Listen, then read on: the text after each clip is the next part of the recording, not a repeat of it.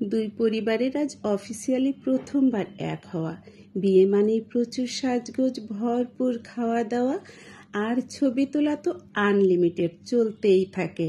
আসসালামু আলাইকুম, কেমন আছেন সবাই? আমি ভালো আছি আলহামদুলিল্লাহ। বউয়ের কেনাকাটা করতে গিয়ে নিজের জন্য একদিন এই শাড়িটা পছন্দ হয়ে গিয়েছিল, কিনে ফেলেছিলাম।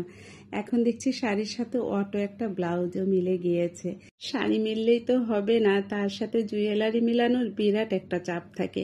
আজকের প্রোগ্রামে আমার ভীষণ গোল্ড পরতে মন চাইছিল, তো পরে ডিসিশন ক্যান্সেল করেছি। ঘরে যা যা ছিল সেটাই বের করে নিয়েছিলাম।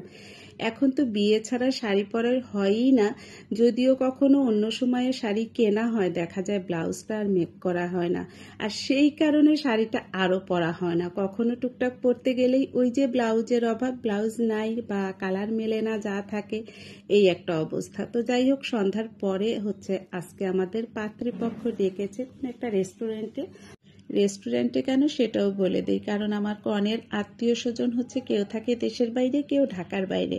তো দেশের বাইরের লোক, ঢাকার বাইরের লোক, সবাই ওরা ঢাকাতে এসেছিল, আর আমাদেরকে তাই ওরা রেস্টুরেন্টেই ডেকেছে। তো আমার বাসায় বাবা মা আজকেই এসেছে, আমি এখান থেকে তাদের নিয়ে যাব, তারপর সরাসরি ছোট বোনের বাসায় গিয়ে সেখান থেকে আমরা একসাথে বের হব, কারণ ওরা যে রেস্টুরেন্টে ঠিক করেছে ওটা উত্তরাতেই। তো আমি ফাইনালি দেখে নিতে চাচ্ছিলাম আমার কেমন লাগছে, আপনারাও বলবেন কিন্তু আমাকে কেমন লাগছে। তো রওনা দিয়ে দিয়েছি বাবা মাকে সাথে নিয়ে। আমরা দুজন এখন উত্তরা ছোট বোনের বাসায় আগে যাব, তারপর সেখান থেকে আমরা একসাথে চলে এসেছি। পাত্রীপক্ষ অনেক আগেই এসে আমাদের জন্য ওয়েট করছিল।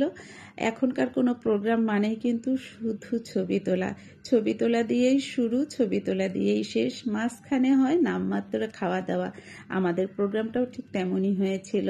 আমরা খাবার অর্ডার করেই ছবি তোলায় ব্যস্ত হয়ে গিয়েছিলাম। তারপর আমরা খাবার জন্য বসে পড়েছি, লম্বা টেবিল নিয়ে বসেছিলাম, আর খাবারের ফাঁকে ফাঁকেই কিন্তু আমাদের গল্পগুজব, পরিচয় পর্ব হচ্ছিল। প্রথমেই ওরা থাই স্যুপ আর স্ন্যাক্স সাথে ক্যাশনাট সালাদ অর্ডার করেছিল। সেটা খাবার শেষ হবার পর মেন ডিশ চলে এসেছিল। আমরা যেহেতু মিষ্টি নিয়ে গিয়েছিলাম, আমি বললাম যে কোনো শুভ কাজে একটু মিষ্টি মুখ করতেই হয়, ওদেরকেই বলেছিলাম মিষ্টিগুলো সার্ভ করে দিতে।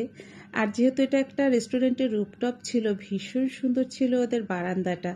আমি এখানে আসবার পর একা একা সবাই দেখেছি, পরে চলে এসেছে। অনেকক্ষণ আমরা এখানে বসে গল্পও করেছিলাম।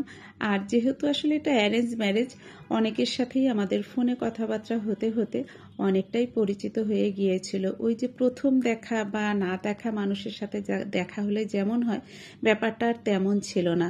খুব অল্প কয়েকদিনেরই আলাপ, আর তার মধ্যেই আমাদের প্রথম থেকেই বিয়ের কথাটাই চলছিল, যে কারণে আমাদের কারোরই আর ওই টাইপের একেবারেই অপ্রস্তুত হতে হয় নাই।